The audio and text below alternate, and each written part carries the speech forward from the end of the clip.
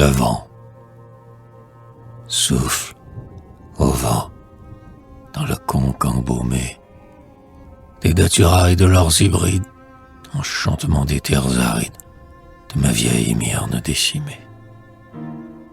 Souffle au cœur de la tiède verdure où la nuit pesante entrave encore, et pur chant d'oiseaux couleur d'aurore, désolé par la grande froidure.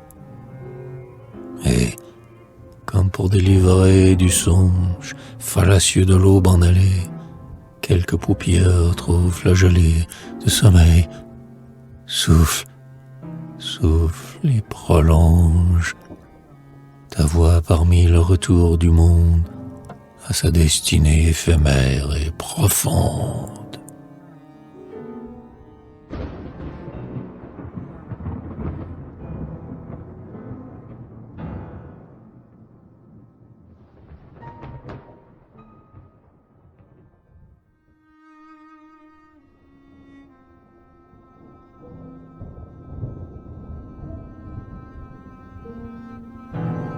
Désert,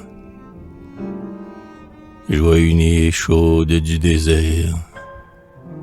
Nulle part, l'azur n'est aussi bleu que sur ces monts de sable et de feu, sillonnés de vols puissants et clairs. Rare en verdure comme mon cœur, d'hommes mûris par des temps mauvais, leurrés par vous, au bonheur rêvé, en l'abri de la seule langueur. Ici, devant ton aridité, ton silence et ta soif et ta faim, paysage apparemment sans fin, comme l'effroi de l'éternité. Tempérant ma joie et mon émoi, je rêve d'un art dépouillé comme toi.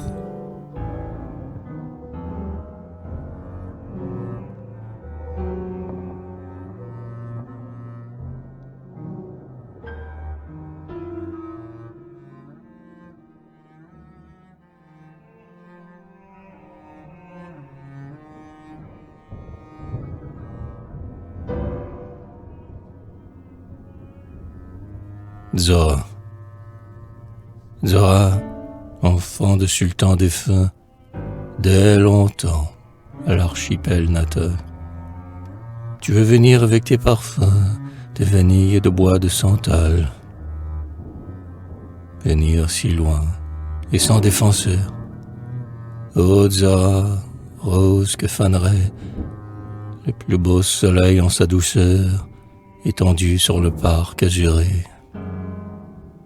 Et prétendre à jamais conserver, sous d'autres lois et de nouveaux cieux, dans toute sa vierge pureté, la foi si chaude de tes aïeux. Mais brûlant d'amour pour un des miens, je crains que ton cœur ne devienne chrétien.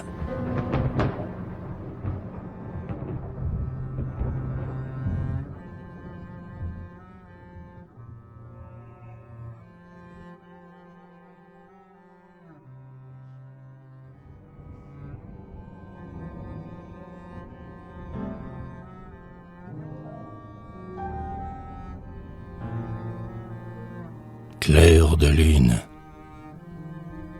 sans rossignol autre que des songes, effeuillé au cœur de la nuit bleue, ta tristesse de reine exilée, clair de lune qui mon front inonde, enchantera de quelle musique sa nostalgie et ses sourdes peines.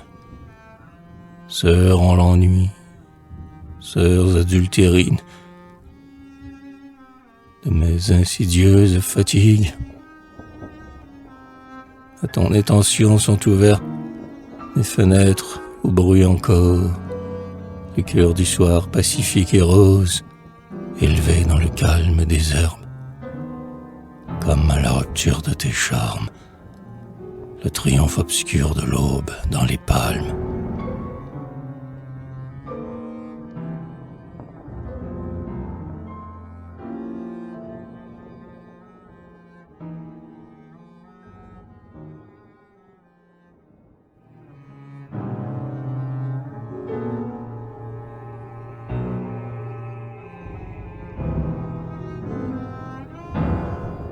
Ulysse, fils de la terre et des vivants, des morts et de la nature.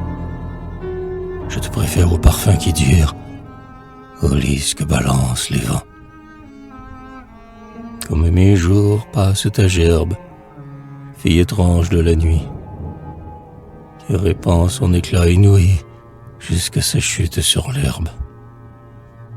Héritière sans lendemain, du royaume de la lune, elle dépense en paix sa fortune pour le plaisir des yeux humains. Ta gerbe sans lendemain qu'a tressé en silence la lune.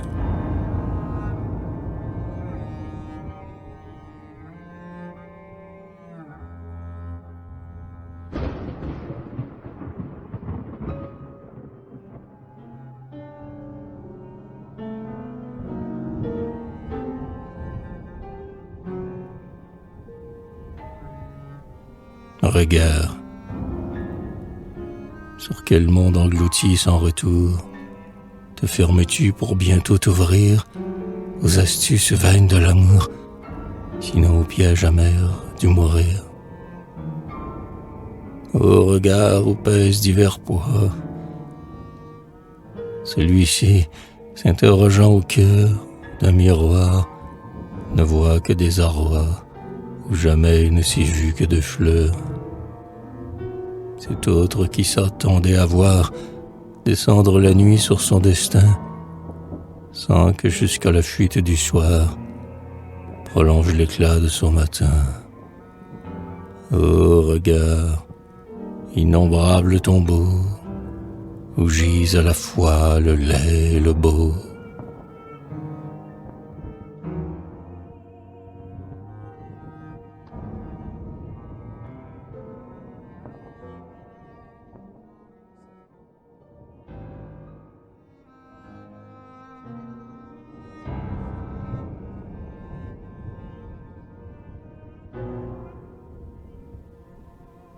Horloge, absence pure, ô l'insoupçonné, servisseur des ténébreuses parcs, tous les jeux de notre destinée, jalons sur ta route et nos cœurs, tu les marques.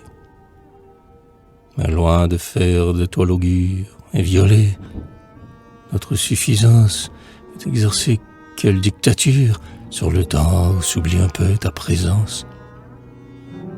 Et ce n'est que lorsque le narcisse, qui s'ignore au fond de nous encore, voit au bord d'un sombre précipice, source vive autrefois, l'infernale aurore, parée de fleurs sa jeunesse morte, que nous entendons se fermer une porte